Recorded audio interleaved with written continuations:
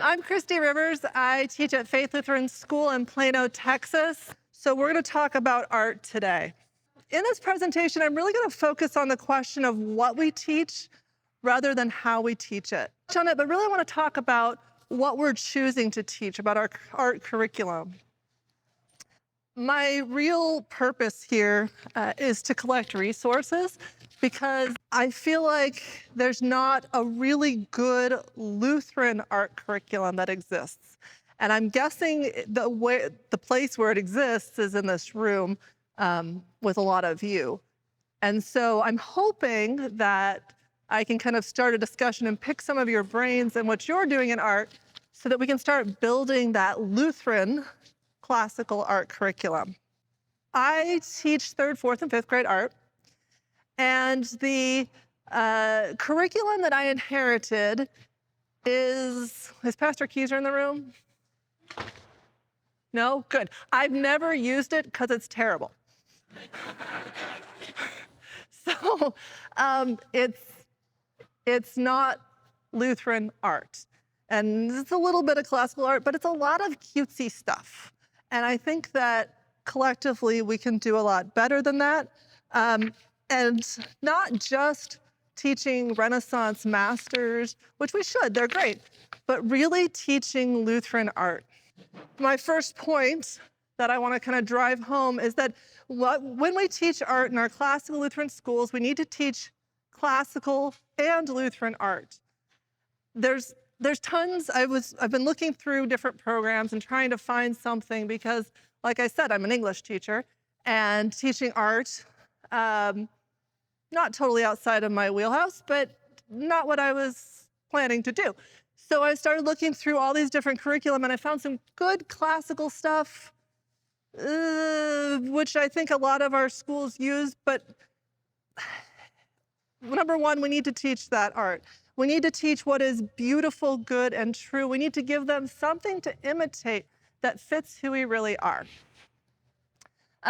We need to teach what we believe and confess, even in the art classroom. So first, art reflects what's good, beautiful, and true. And second, it should also reflect what we believe, teach, and confess. So as an English teacher, I like defining my terms. So we'll start with art, okay?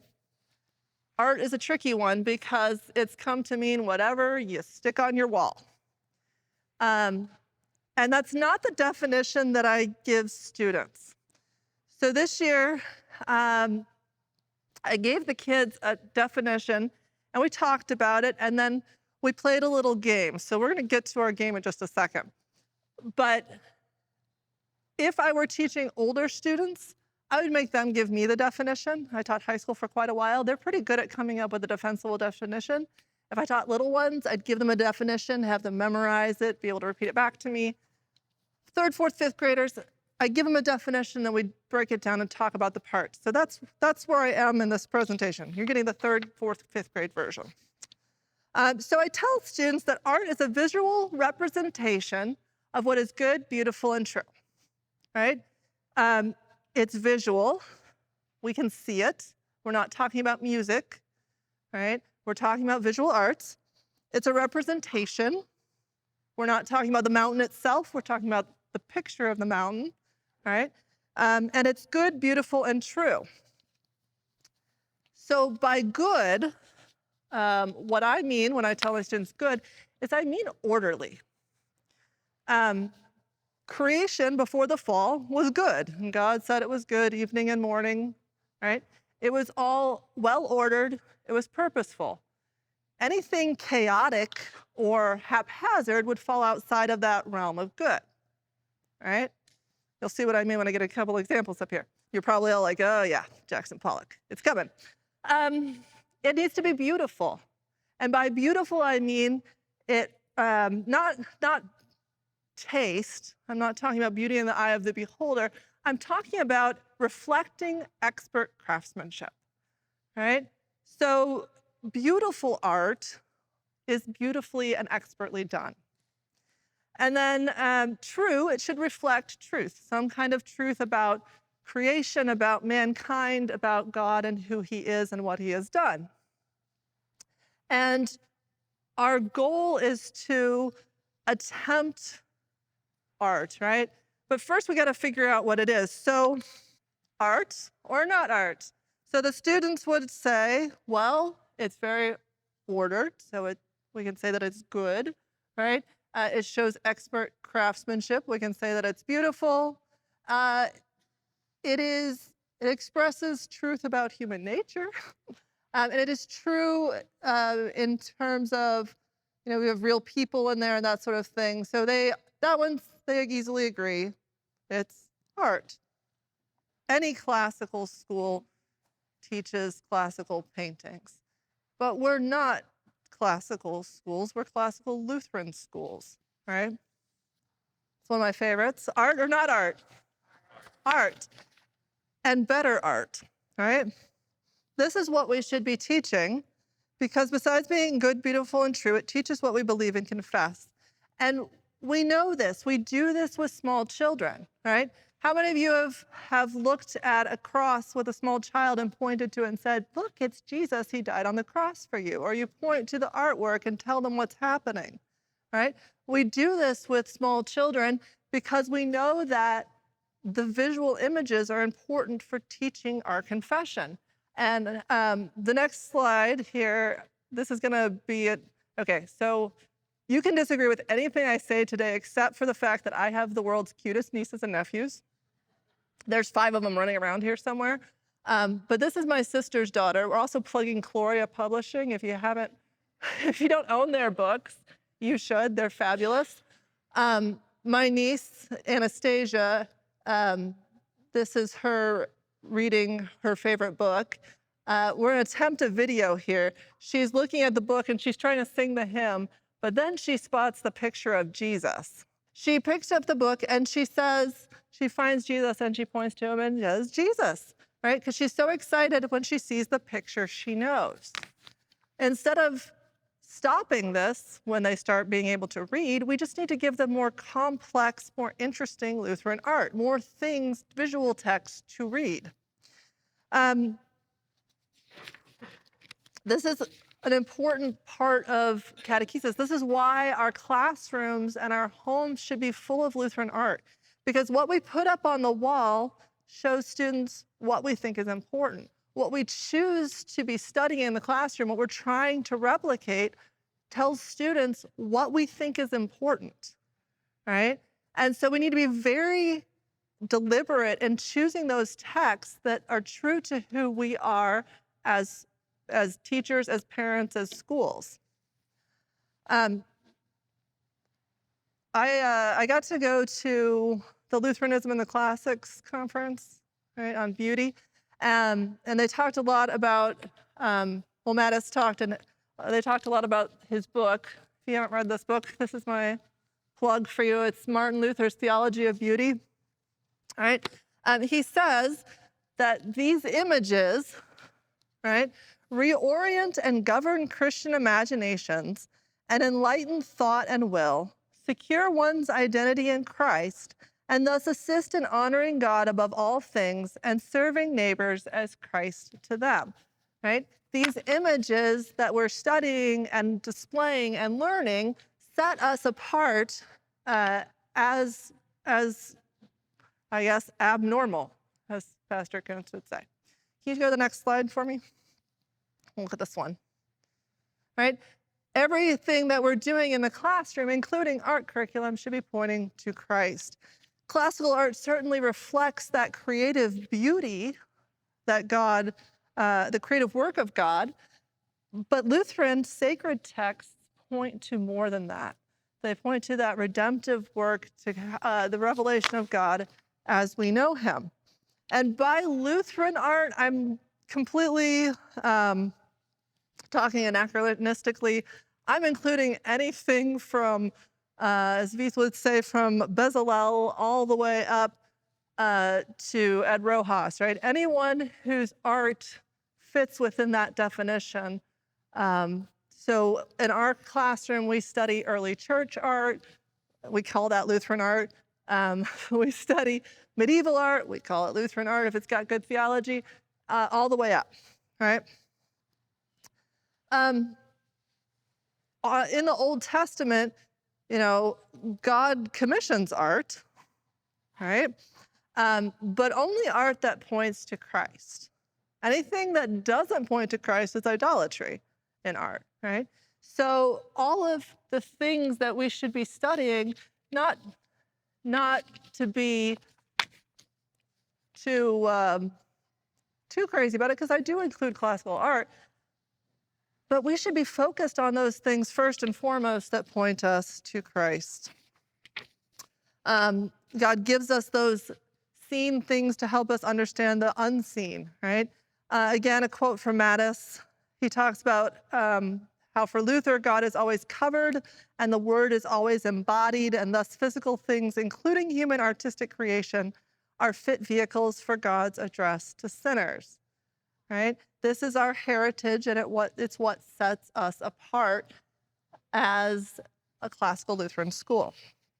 So, this is for the teachers in the room. I want to talk about some of the lessons that I do in the classroom, so that you have something to take away and try. So hopefully this, something I say is interesting. You can go back and do it with your class and send me lots of pictures and tell me how to do it better.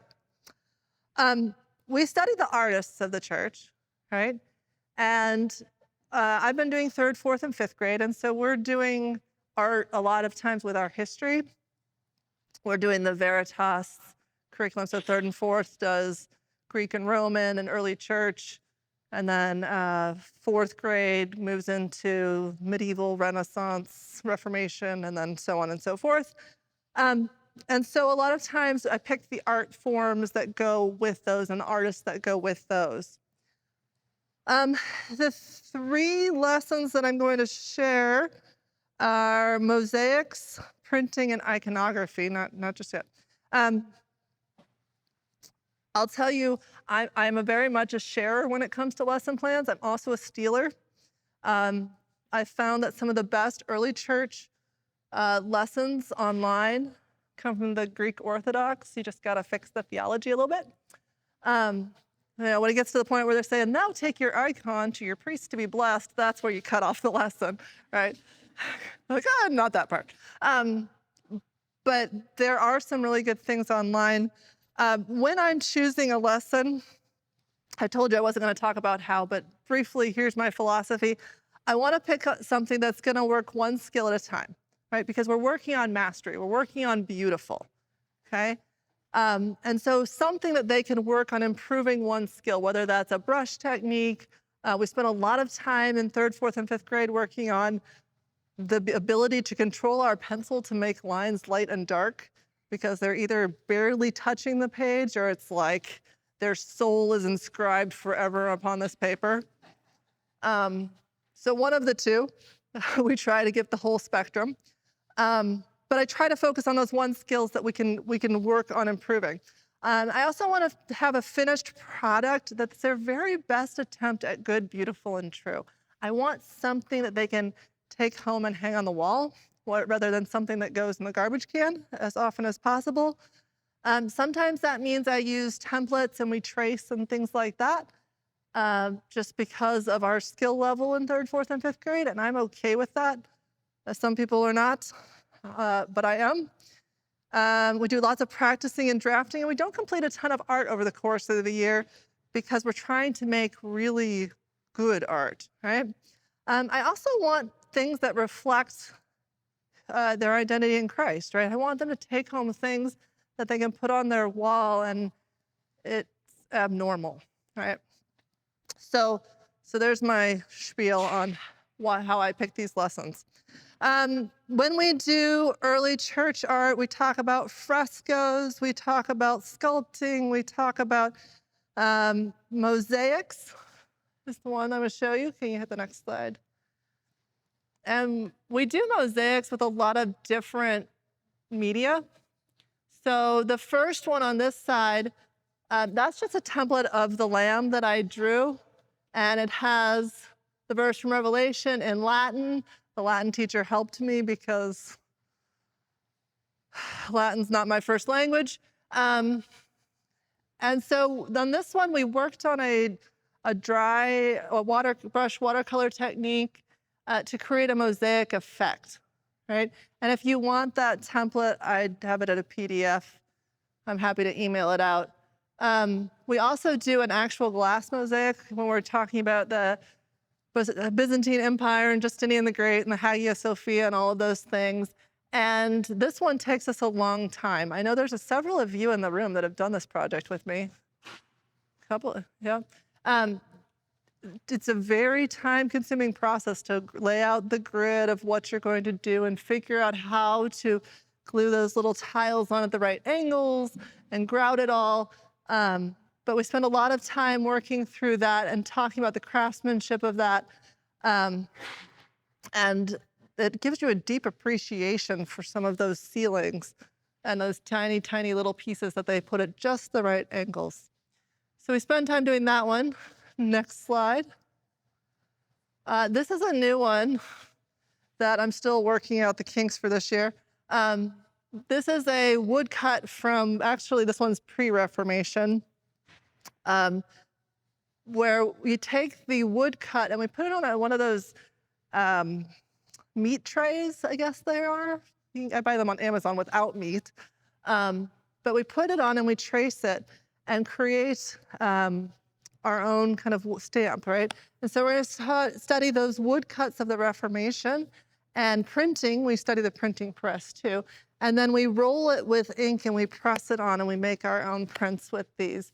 So we spent a lot of time talking about this as part of the art of the Reformation and how significant some of these woodcuts were. One more slide. This is our favorite one. I know Pastor Ulmer, wave Pastor Ulmer. He's our expert. He came and talked to my class about iconography and what all of this means. And we've spent a lot of time working on writing icons. And the way that we do this one is I take a long board and I have my husband cut them into reasonable sized pieces. And then we gesso them. So we do 3 layers of gesso because that's plenty for 4th graders. So we gesso them in the different directions, we sand it, and then we take a print. This is the print we used this year when these now 7th graders were making icons. And they take the icon and they put graphite all over the back of it, and we put it on top of our gessoed board, and they trace it. So I told you I was cool with tracing, right? And when you peel it off, it has the outline in graphite of the icon. And then we very meticulously go through each of the layers of paint that go onto the icon. And I'll tell you, I've had people say, oh, I hate painting with students. It's just chaos. Not when you're painting icons. There's nothing more meditative than a room full of students who are thinking about getting their Good Shepherd icon just right and, listening to Bach and having this intense moment. I love painting icons. It's silent and they're all focused on those little lines. And we're working on getting Jesus's hand just right and what that means and the colors and what that means. And so this is by far the favorite project that we do. But like I said, we also do other types of sacred art. I think it's important to do painting, I would love to see schools do stained glass and teach stained glass, needlepoint, and all of the beautiful ecclesiastical sewing, all of this artistry that is part of our church. And I really would love to see not only that we kind of put our heads together and figure out some really cool art curriculum for Lutherans, but I'd really love to see kind of a Lutheran Renaissance, right? I think we're poised for that. I think that the kids that I'm seeing coming out of our school and our high school they're creative and they're good theologians. And I would love to see them continue to express their faith in these creative, beautiful ways. Things like art and music that confess Christ and point to our identity of who we are as the church. I have no idea where I am in time. I'm probably way off, but I'm hoping that there's some questions and discussion and you guys tell me the cool things that you do, because I'm not really that interesting. So, who wants to take over? Any questions?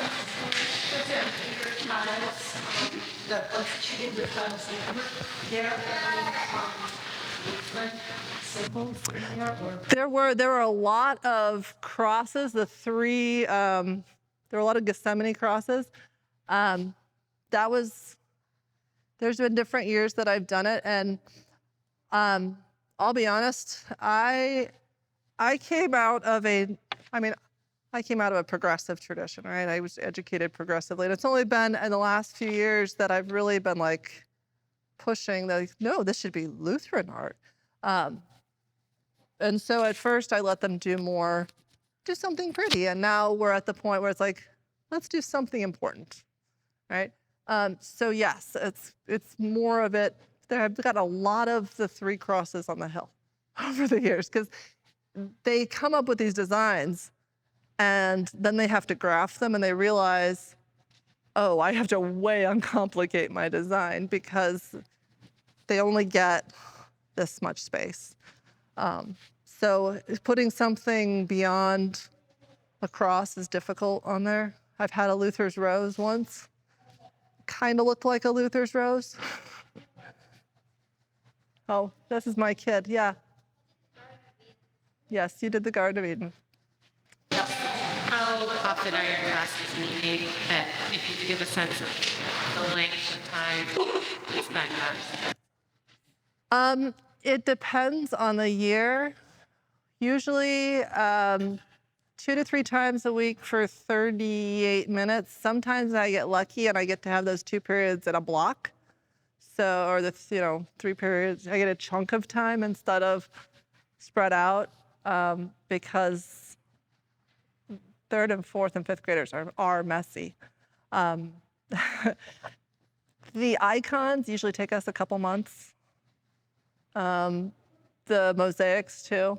And so I try to sprinkle in some of the projects like the one with the lamb, because that one's one that takes us a couple of class periods and they get to take something home that they're proud of, that they've worked, that is my 15-year-old said, yeah, but is anything they create art, Mom, according to your definition? I'm like, no, but developmentally, yes. This is them developing art. So I try to sprinkle in the smaller projects with the bigger ones because sometimes our projects take 2 to 3 months to finish the whole thing. Could you talk a little bit more about the whole school's curriculum for producing art? I found last year and teaching my upper school kids, they had no idea to draw anything. And a lot of the curriculums tend towards craft time. Yes. They love doing crafts. They can draw a cube. Right. So they hated those teachers. I draw cubes and spheres. Cones. I got to have kids for multiple years in a row, so I've kind of got to develop some of that. So I made the 5th graders draw Vitruvian men this year as they practiced using compasses and stuff. And I made them do like 15 drafts. They were really mad at me, but they turned out fantastic. We're still working on ours. So if you have a great one, come see me. Yeah.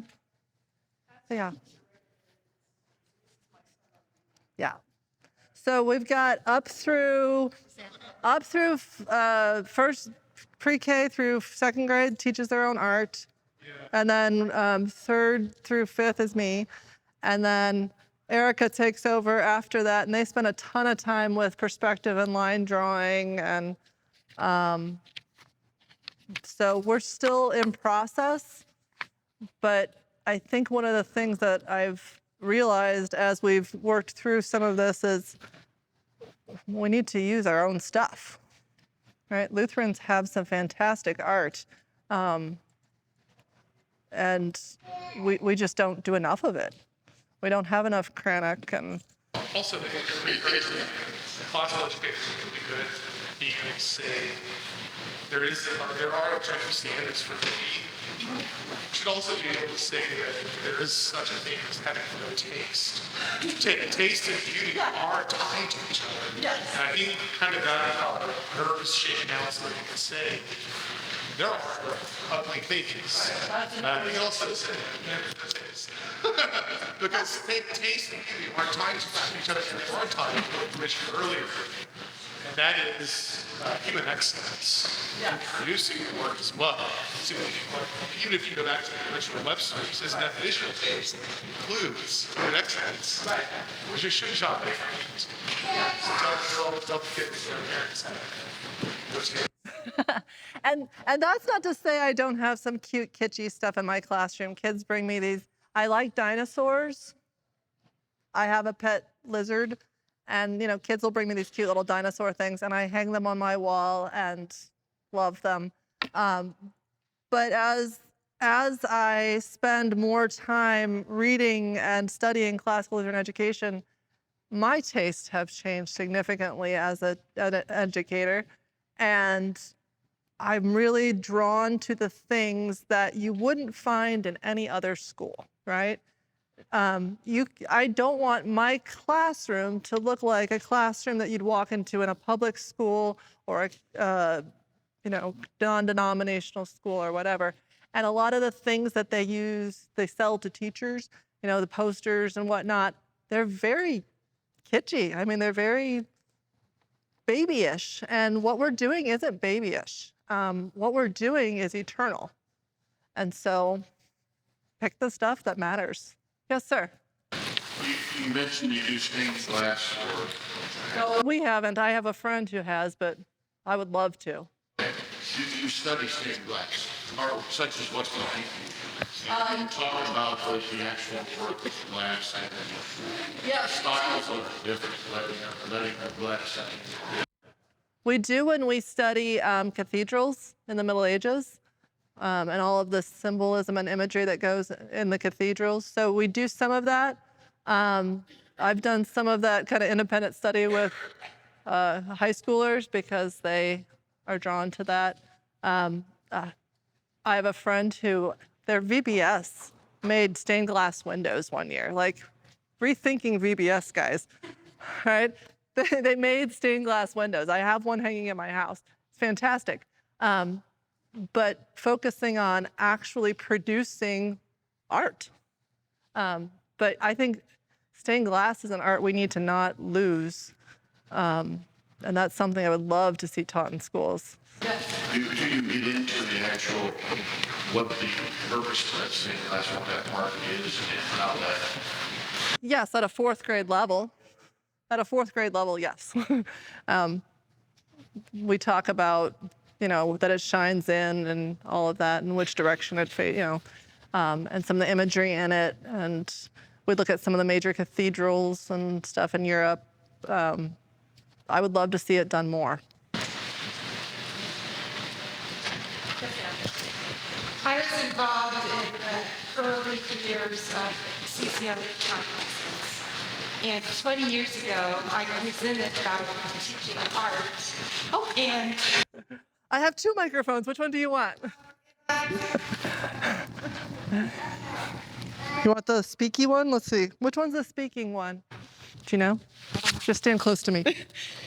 and I'm embarrassed that it seems so obvious. I was so focused on teaching classical art that we did not do very much Lutheran art. And here it is right in our face, and our sanctuary had beautiful stained glass windows.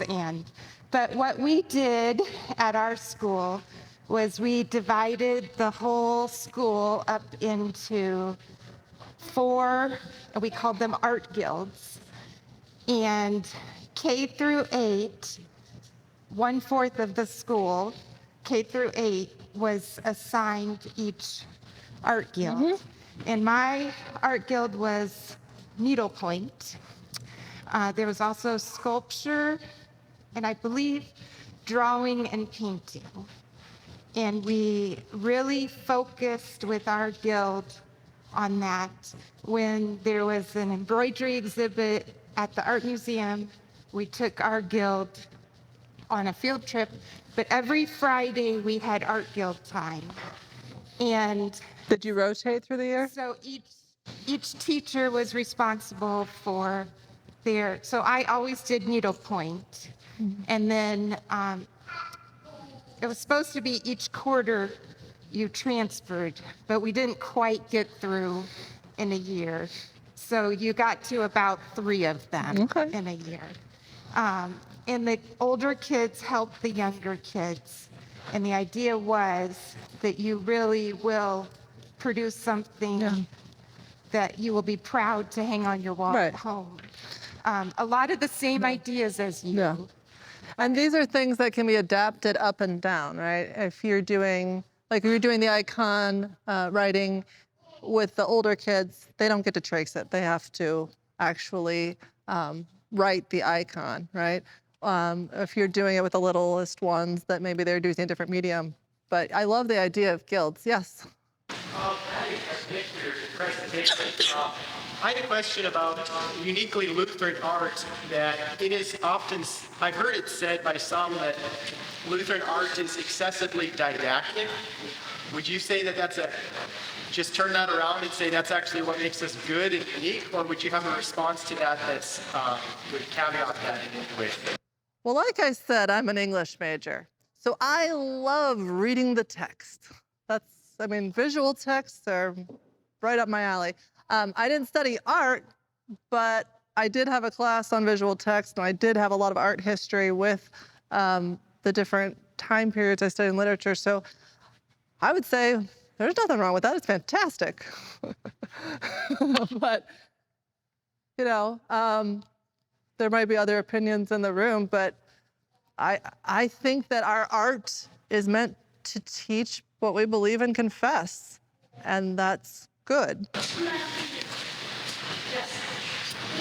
Two questions. The first one is, how do you deal with kids when you're asking them to do a particular skill and maybe it's a struggle for them? How do you, and the second one is, do you have any recommended resources for, how did you get to the point of having these specific lessons that you're showing us?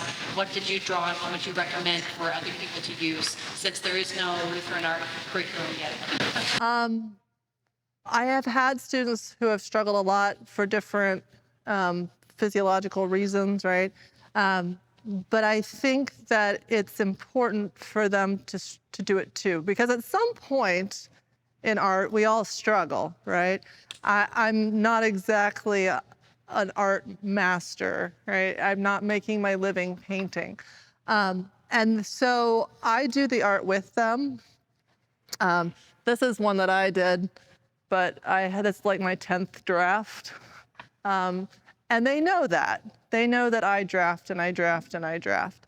And I think it's important that students understand that the struggling with it is not a bad thing. It's good. We learn that way. And so I sit down with them and we work with them. And if it's a kid who has a very specific, I had one kid who had a problem with gripping a pencil, right? And we worked together. And he did great. I think that we meet kids where they are, and everybody struggles, and it's good for everyone to learn classical Lutheran art. Whether or not they're going to go out and become a painter, or they're going to say, that's really pretty. I'm not doing that. In terms of resources, it's a lot of reading through other people's blogs and a lot of bad art and a lot of bad philosophy, and finding the good stuff in there. I look specifically for, lessons on certain things. I've picking brains of Lutheran artists is an important one. I'm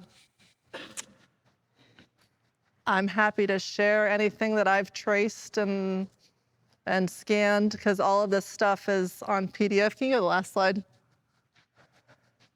That's me.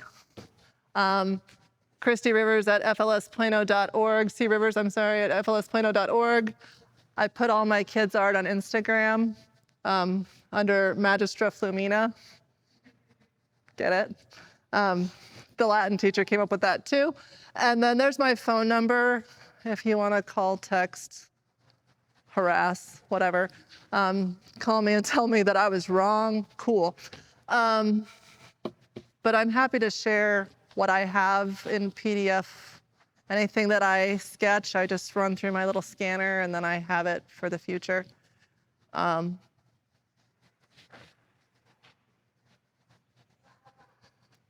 would love to see some kind of like shared database where CCLE collects this kind of stuff and makes it available, but that involves somebody doing it, and if I say it out loud, that person's gonna be me, so shh. Yes, ma'am. Corey Press has art cards, like kindergarten and first grade. I love the art cards. But wouldn't that be great if you had a different set of art cards? That's exactly what I've been looking for. Okay, she said it, she's going to print them. No. But wouldn't that be great? That's what we need. Pastor Odom, you can make those. Memorial has a deep curriculum. Does it? Classical history or Okay. whether They're doing the Lutheran history of art. That's what I want. Because really, you know, as I came out of progressive education and into classical education, because I knew that wasn't working, as I've become more classical, sometimes it's hard to know what am I doing that's classical and what am I still leftover progressive, all right? And a wise headmaster that I have told me, just be Lutheran, right? If you're Lutheran, you'll get the classical part. And so every time I go in his office worried that I'm not classical enough, he just reminds me, be more Lutheran and you'll be fine. And so this is my approach to art, right? I worry about teaching it classically enough, and I've kind of put that aside and just worried about teaching it Lutheran enough, and then the classical seems to fall into place.